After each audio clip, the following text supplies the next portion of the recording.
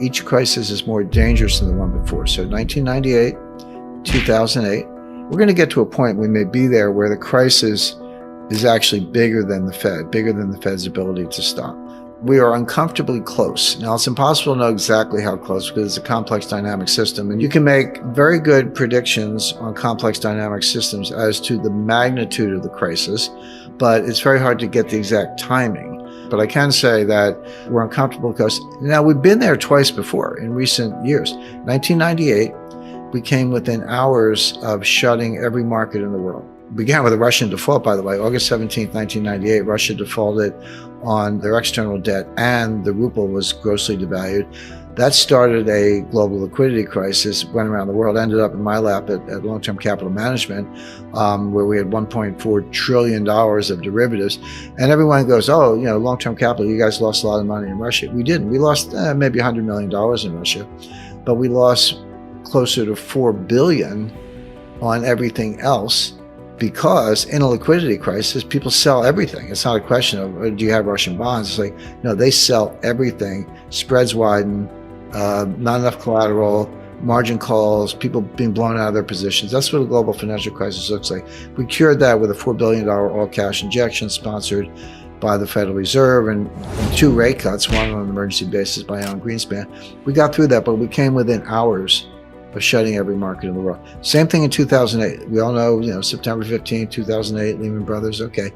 People don't realize that, you know, Morgan Stanley was days away from failing. Goldman Sachs was days away from failing. You know, John Mack said so at the time. He said, Lehman was begging for help. He said, sorry, I got enough on my plate. We're worried about Morgan Stanley right now.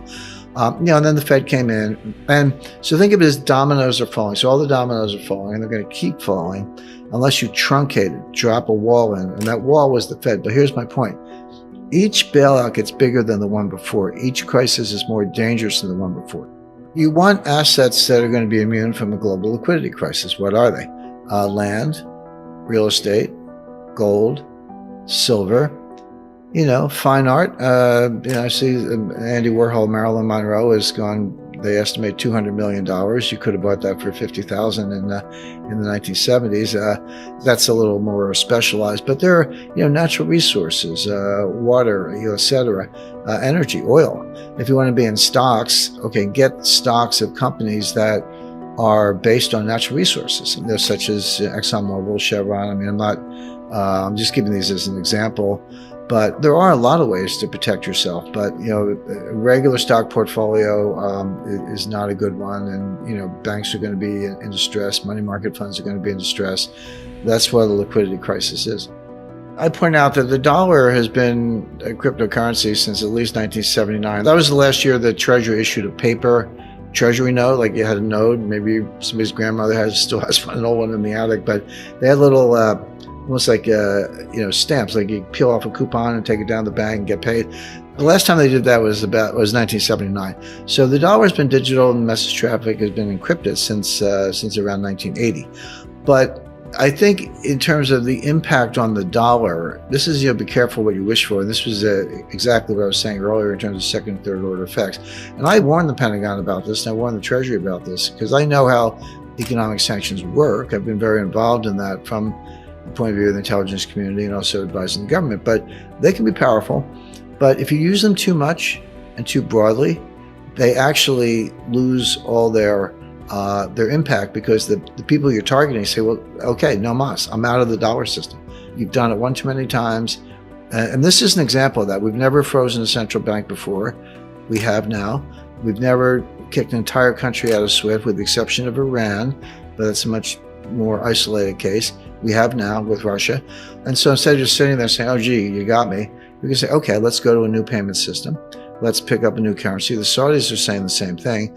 And all of a sudden, if you're one of the top princes of Saudi Arabia, you know, maybe Mohammed bin Salman or any of the top princes, you know, you have a yacht in Monaco, you have a house in Aspen, you have you know, who knows how many houses and palaces and yachts around the world, private jets. And they're like, hey, actually all that stuff could be seized because that's what we're doing to the Russian oligarchs. And by the way, it's not limited to oligarchs. We saw this kind of neo-fascism in Canada very recently with Chrystia Freeland, who's the deputy prime minister, freezing the bank accounts and the crypto wallets of the truckers. Canada went so far as to criminalize it. If you supported the truckers under a recent interpretation of Canadian law through Chrystia Freeland, the deputy prime minister, that's a criminal act. So I told Justin, I said, come and get me. But my point being, so she's seizing the accounts of blue collar truck drivers and Biden's seizing the accounts of oligarchs, but it's the same thing.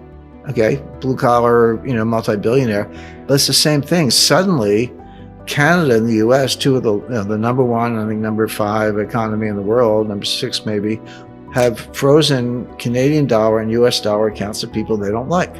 Now, you can say it's for good reason, and Putin should have invaded Ukraine. I get it, but if you're a Saudi prince, if you're certainly a Russian, if you're a Chinese oligarch, how comfortable are you with the dollar right now? I haven't met him personally, by the way. I checked him out.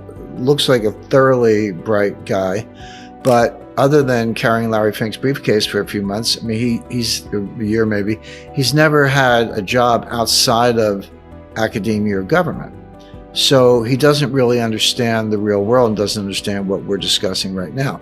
So the answer to the question was that they didn't think this through. They don't understand these knock-on effects. They don't understand how the international monetary system actually works. They don't understand the blowback. I mean, I'll give you another example. This one has received some publicity. So we throw all kinds of sanctions on Russia. So Russia said, okay, we're going to stop our exports, Russian exports of strategic metals and chemicals and other elements that everyone else needs for inputs in their manufacturing processes. And they put a ban on exports of nickel. Well, okay, so you need nickel to make batteries, so good luck with your electric vehicles. But, okay, so U.S. throws sanctions on Russia. Russia retaliates by banning nickel exports. The price of nickel goes to the moon. It went up by a factor of 4 or 5. That's really not surprising. London Metal Exchange fell down. They had to close. Yeah. Okay, but who lost? There was a Chinese billionaire who owns one of the largest nickel mining operations in the world, who lost, I think, $5 or $6 billion. So here's Russia and the U.S. fighting an economic war, and the loser pops up in China. That wasn't on his radar screen, and that wasn't on anybody else's radar screen. But it's a good example where the damage shows up when you don't expect it. Russia had about 600 tons of gold, and today they have 2,300 tons. China had about 600 tons of gold, and today they have about 2,000 tons, just slightly less, that we know of. And they may have several thousand tons off the books in the State Administration of Foreign Exchange that we don't know about, because that's completely opaque.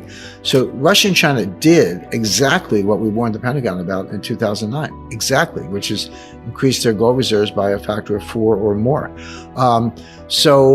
But everyone's like, well, the Chinese yuan is going to be the global reserve currency. No, it's not going to be the ruble, but here's why. Well, there are a lot of reasons, but the main reason is when you talk about reserve currency, you have to understand what that means. It's not like the People's Bank of China has a bunch of $100 bills on pallets stacked up in the basement. When people say reserve currency, what they really mean is the currency of the bonds that they invest in. In other words, they're dollar-denominated assets in the form of treasury bonds or notes. That's what China actually has on their books, not like dollars per se. So if you want to suggest or hypothesize that the Chinese yuan is going to replace the US dollar as a global reserve currency, where's the yuan bond market? I mean, it doesn't exist. Very small scale, very illiquid, no primary dealers, no when issue trading, no auctions, no repo, no settlement clearance, none of the plumbing and the mechanics of a mature bond market such as the United States. And above all, they don't have a rule of law. I mean, at least if somebody reneges on a treasury bond, you can sue somebody, but you can't do that in China. So the absence of the rule of law, number one, the absence of the infrastructure, the plumbing, for want of a better word, are two reasons why the yuan and certainly the ruble will not replace the dollar as a reserve currency. However, what I was hypothesizing then, and I would come back to this, is you can create a brand new currency that does have all that stuff. And in my example, they used a Swiss bank, UK law, put the gold in a third-party depository. If you wanted some of the new currency, you could deposit your own gold and get some of the currency, or trade with them and run a surplus. So it was a replacement system, but you would need the gold to instill confidence. But they don't have bond markets, so they're not going to have them soon. So the yuan and the ruble aren't going to replace anything.